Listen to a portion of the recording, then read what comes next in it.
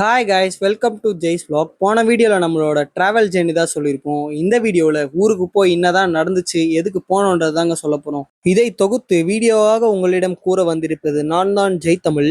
மறக்காம நீங்கள் இந்த வீடியோக்கு ஒரு லைக் பண்ணுறங்க. வாங்க வீடியோக்குள்ளே போகலாம். என்னடா இது வீடியோ ஸ்டார்டிங்லேயே கோலம் விளக்குலாம் வருதுன்னு நினைக்காதீங்க.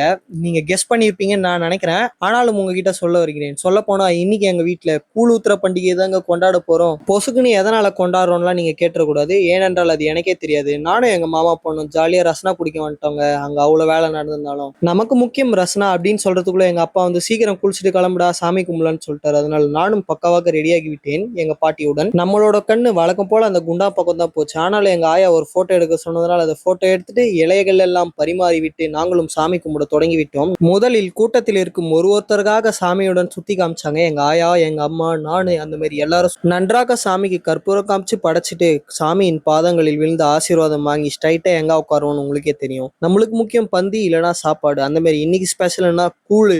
இந்த கூழ் உடம்புக்கு ரொம்பவே நல்லது. அதுக்கப்புறம் வெயிலுக்கும் இதமாக இருக்கும். அதனால கூழ் கொடுத்தா தாட்டி வேணான்னு மட்டும் சொல்லிடாதீங்க.